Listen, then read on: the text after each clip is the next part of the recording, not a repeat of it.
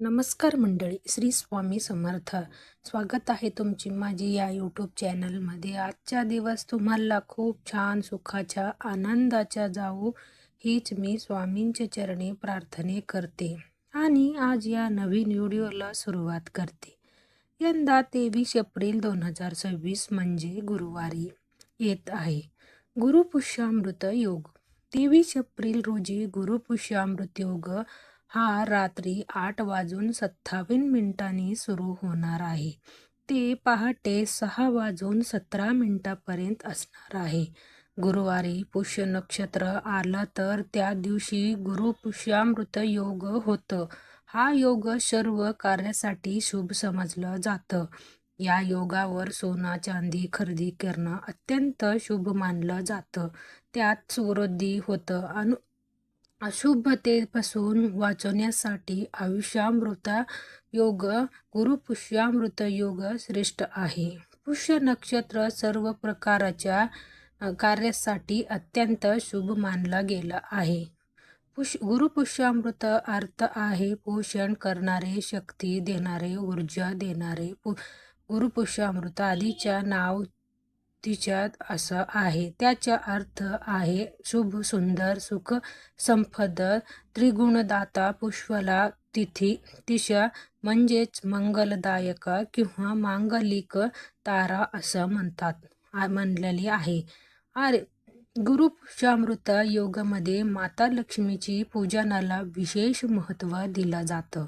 तसेच आपल्याला या पूजेसोबतच लक्ष्मी स्तोत्राचं पठण करायचं. असं केल्याने जीवनात सुख समृद्धी येतं.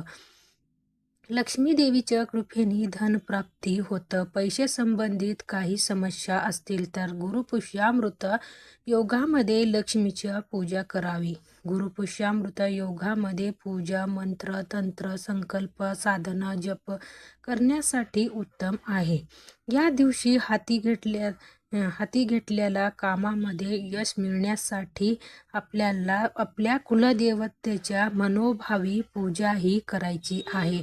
अक्षय तृतीयेप्रमाणे हा दिवस शुभ मानला जातं.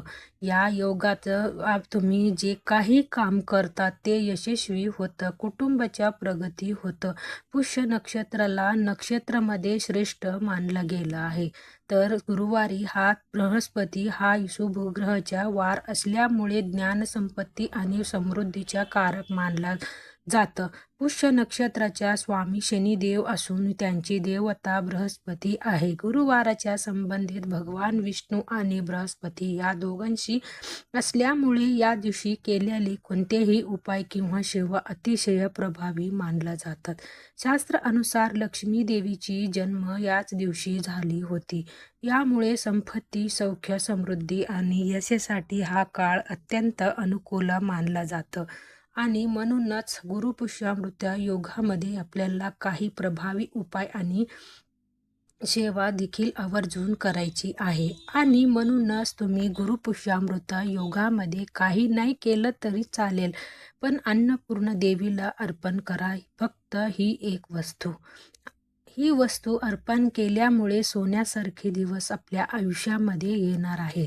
माता अन्नपूर्णेची कृपेने 33 वर्ष धनधान्य, संपत्ती, पैशाच्या कमतरता आपल्याला पडणार नाही. अतिशय प्रभावी अशी ही सेवा आहे जी प्रत्येकाला गुरुपुष्यामृत योगाच्या दिवशी अन्नपूर्ण मातेची करायची. याबद्दल सविस्तर आणि महत्त्वाची अशी माहिती मी तुम्हाला या व्हिडिओमध्ये देणार आहे. तर व्हिडिओ पूर्ण पहा. जर तुम्ही माझ्या चॅनलवर नवीन असतील तर चॅनलला सबस्क्राईब करा आणि शेजारी बेल आयकॉनला सुद्धा प्रेस करा, जेणेकरून तुम्हाला माझ्या नवीन व्हिडिओ नोटिफिकेशन मिळत राहील आणि तुम्ही एक पण व्हिडिओ मिस करणार नाही. पुष्यामृत योगाच्या दिवशी आपल्याला ब्रह्मा मुहूर्तावर उठायची आणि अंथरूणमध्येच आपल्याला श्रीहरी, विष्णू, माता लक्ष्मी यांच्याबरोबर आपल्या कुलदेवताची, महादेवाची